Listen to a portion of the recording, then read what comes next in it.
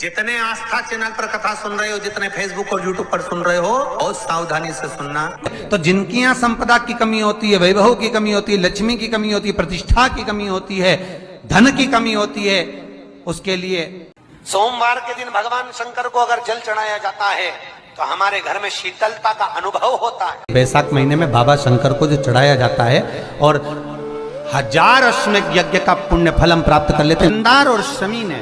केवल 2 प्रदोष या 2 सोमवार कर लीजिए, बाबा आपकी मनोकामना पूर्ण कर देगा। लाल चंदन को अच्छा घिसो,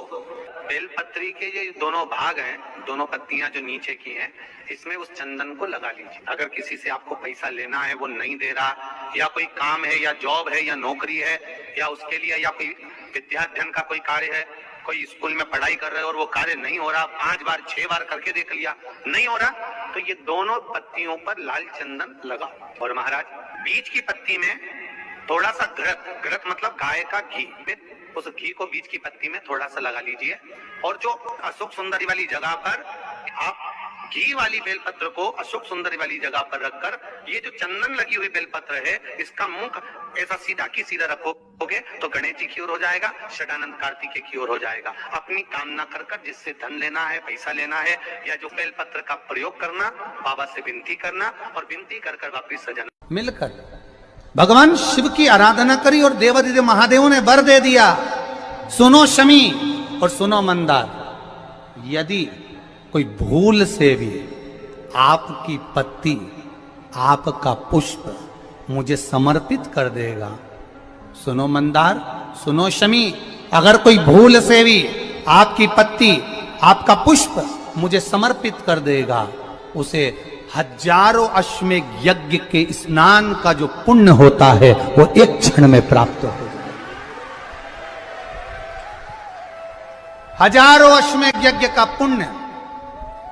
1000 अश्वमेध यज्ञ का पुण्य एक क्षण में प्राप्त हो। ये मंदार,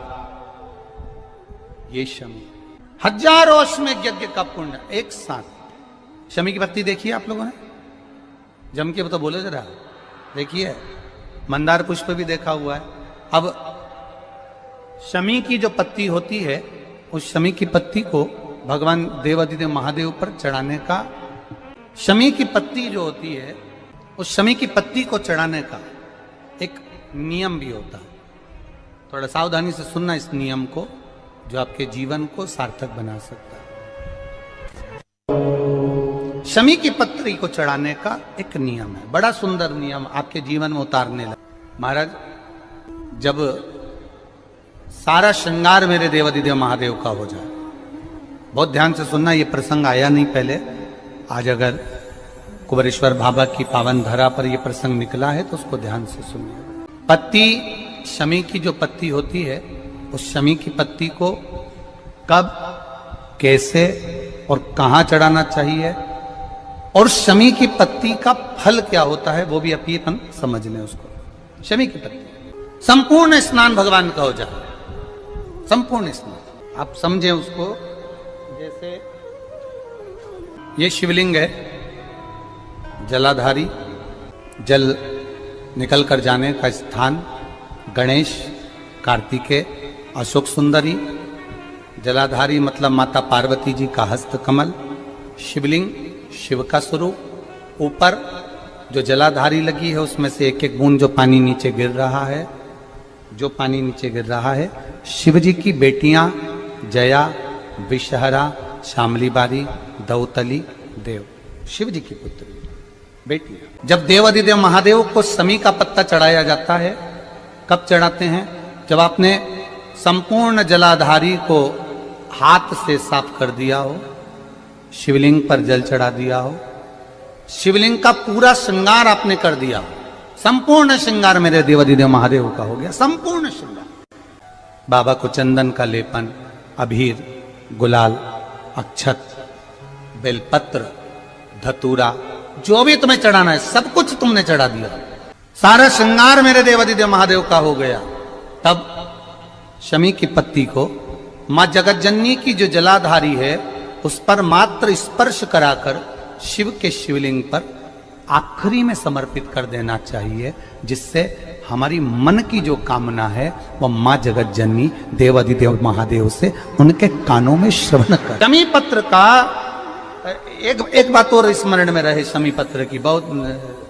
एक बात और अपने स्मरण में लीजिएगा। शमी पत्र की जैसे शिवलिंग, जलाधारी और स्थान, जब बहुत ज्यादा मात्रा में दरिद्रता होती है, बहुत ज्यादा मात्रा में बहुत कष्टमय जीवन, जब तुम्हारी चित्त वृत्ति में आए, जब तुम्हारे मन में आए, धन भी नहीं है, पैसा भी नहीं है, बहुत दरिद्रता का जीवन है, बहुत दुखी जीवन है, तब बेलपत्र और शमी पत्र का प्रयोग जरूर करके देखना। प्रैक्टिकल करने में कुछ नहीं जाता, प्रैक्टिकल करने में क्या जाता है, करके देखना। उस समय पर जैसे वो कहते हैं ना कि कोई कहने वाला कह दे कि महाराज जी, वो एक महाराज प्रवचन दे रहे थे और प्रवचन में देते देते देते देते किसी ने, महाराज जी प्रवचन दे रहे थे कि मदिरा का पान नहीं करना चाहिए, नहीं पीना चाहिए, गलत है, नाली में पड़ा होता है, व्यसन में पड़ा होता है, ऐसा पान ना करो। एक महाराज का पेचेन वाला खड़ा हो गया, उसने खड़े होकर कह दिया, ओ महाराज तुम इतनी बड़ी बड़ी बात कर रहे हो, तुम्हारा सगा भाई तो पी के नाली में पड़ा, गटर में पड़ा। महाराज जी को क्रोध नहीं आया, समझ थी। महाराज जी ने कहा, भैया देख, मैं भी प्रवचन दे रहा हूं, मेरा भाई भी प्रवचन दे रहा है, मैं मुंह से समझा रहा हूं कि पीकर लोग नाली में गिरते हैं, गटर में गिरते हैं, मेरा भाई प्रैक्टिकल करके दिखा रहा है कि मत पिया। प्रैक्टिकल वाली बात है। शमी पत्र, बेलपत्र का एक बार जीवन में प्रैक्टिकल कर देखना, प्रैक्टिकल करना। जैसे आपको कहा कि आपका विश्वास अगर पक्का है, भरोसा अगर दृढ़ है, और शंकर के प्रति अगर आपका विश्वास पक्का है, शंकर कह रहे हैं, मां उमा से, मां पार्वती से मेरा महेश कह रहा है, मेरा बाबा भोलेनाथ, मेरा बाबा विश्वनाथ, मेरा त्रिकालदर्शी कैलाशी अविनाशी कह रहा है कि हे पार्वती,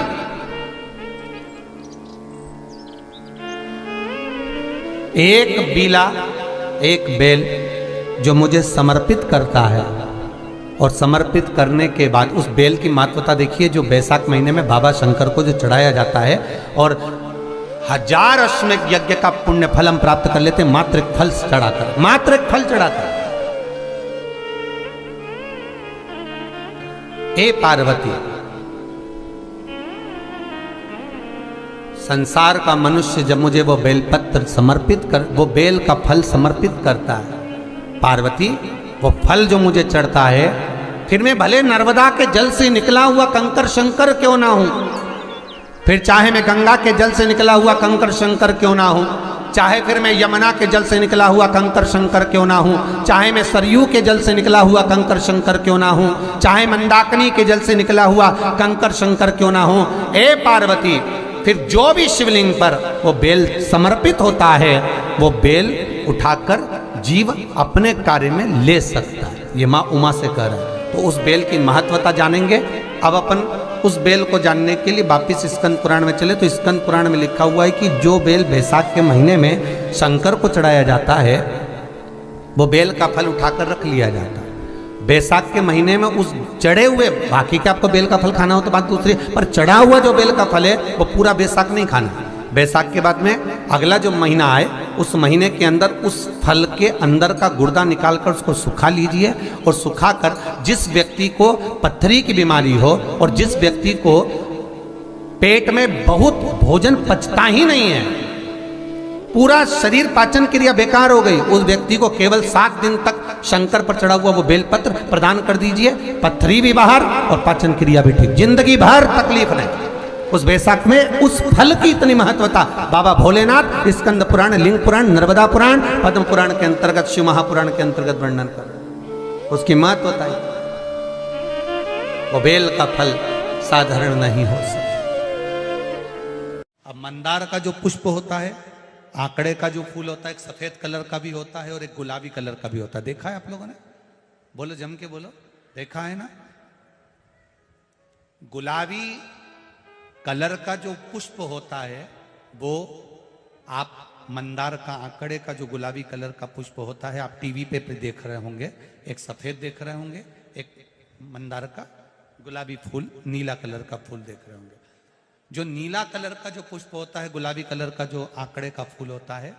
प्रयास करना जब किसी विषम परिस्थिति में फंस गए, विषम परिस्थिति, जब आपको लग रहा है कि मुझे बहुत भय लग रहा है, कुछ बुरा होने वाला, आपको लग रहा है आज मेरी उल्टी आंख बहुत फड़क रही है, कुछ गड़बड़ होने वाला, आपको लग रहा है मेरी सीधी आंख फड़क रही, कुछ गड़बड़ होने वाला, तब केवल वो नीला जो गुलाबी पुष्प है मंदार का, उसको कहीं से लाकर शिवालय में अशोक सुंदरी वाली जगह पर स्पर्श कर कर शिवलिंग पर आप चढ़ा दीजिए। आपकी विषम परिस्थिति कैसी भी होगी वो रास्ता बनाकर बाहर निकल जाएगी, आपको फंसना नहीं, परेशान नहीं। मंदार आंकड़ा, सफेद आंकड़े का पुष्प भी भगवान शिव को समर्पित होकर, जैसे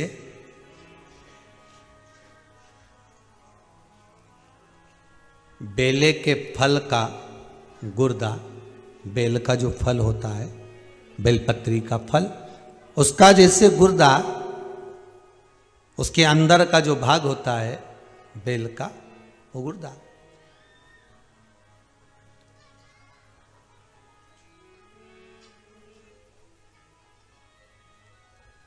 उसको अग्नि में जलाकर उसकी भस्म तैयार कर कर छान कर जब जब आपके यहां विद्वान ब्राह्मण शिव जी का अभिषेक कराते हैं, पूजन कराते हैं, तो उसमें लिखते हैं पूजन के साहित्य में बेलपत्री, धतूरा, दुर्वा, ये उसमें नीचे लिखेंगे भस्म। लिखते कि नहीं लिखते? लिखते हैं ना, भस्म अभिषेक में चाहिए रहती है। तब उस भस्म का थोड़ा सा भी भाग आप अगर शिव को समर्पित कर रहे हो तो ये जान लें कि शंकर मनवांछित फल प्रदान कर रहे हैं, शिव फल प्रदान कर रहे हैं।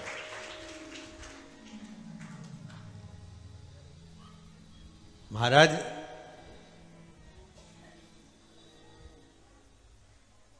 बेलपत्री के वृक्ष के नीचे बैठकर हाथ में एक बेलपत्र का पत्ता रखकर आप पंचाक्षर मंत्र नमः शिवाय, ओम नमः शिवाय या श्री शिवाय नमस्तुभ्यम या महामृत्युंजय मंत्र का स्मरण कर रहे हो, पर डंडी का भाग अपनी ओर, बेलपत्र की बीच वाली पत्ती का भाग बीच वाली उंगली की ओर रखकर अगर आप स्मरण कर रहे हैं और अपनी कामना कर कर बेलपत्री के वृक्ष के नीचे बैठकर उस पत्ते को सम्मुख रखकर बाबा से विनय कर कर एकांत में उस बेलपत्री के वृक्ष की छांव में, बेलपत्री के वृक्ष की छांव आप कामना कर कर उस पत्ते को शंकर भगवान के ऊपर समर्पित कर रहे हैं, तो ये जान कर रखें कि पार्वती और शिव का मिलन करवा रहे हैं और अपनी मनवांछित फल कामना पूर्ण करवा रहे हैं। क्योंकि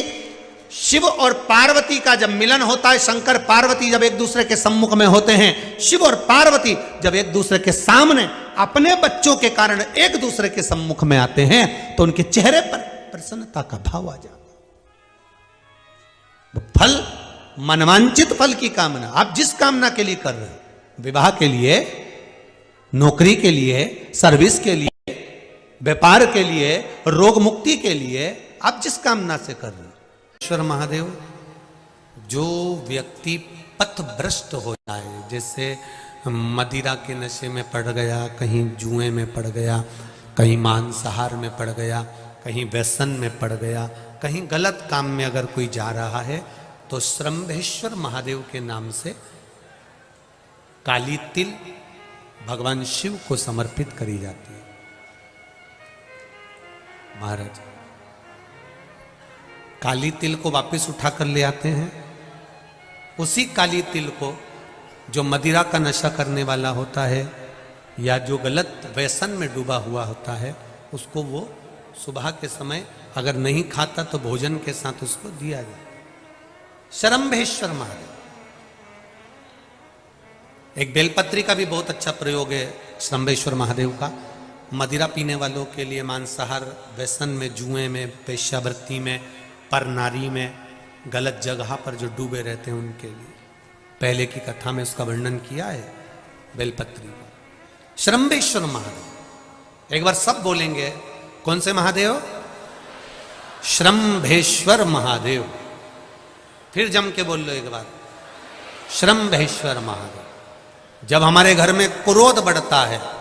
या कोई गलत कार्य में जाने लगता है तो श्रम्भेश्वर महादेव का हमें शरणागति लेना चाहिए, श्रम्भेश्वर महादेव का पूजन करना चालू कर देना चाहिए। कई लोग कहते हैं महाराज जी ये श्रम्भेश्वर महादेव का मंदिर कहाँ मिलेगा, हम कहाँ पूजन करने जाए? कहीं नहीं जाना, तुम्हारे घर के पास में जो शंकर जी का मंदिर है वहीं जाओ, उसी देवालय में, उसी मंदिर में जाओ, श्रम्भेश्वर महादेव के नाम से जल चढ़ाना प्रारंभ करेंगे। वो जल जो गलत संगत में पड़ा हुआ है उसका आचमन कराना प्रारंभ करेंगे, अपने आप उसकी धीरे धीरे बुद्धि सुधरना प्रारंभ हो जाएगी। ऐसा श्रम्भेश्वर महादेव का है। नारियों की जितनी भी बीमारियां होती हैं स्त्रियों की, चाहे रजो धर्म से जुड़ी हो चाहे अन्य चीजों से जुड़ी हो, माता प्रसूति का स्मरण कर कर, एक वो गूलर का फूल आता ना, घंटी वाला फूल जिसमें एक डंडी भाने की देवी जी को चढ़ता है, गूलर का फूल को माता प्रसूति का स्मरण कर कर जगदम्बा के मंदिर में जाकर देवी के चरण को छुआकर अगर उस पुष्प को माताएं खा लेती है तो उनका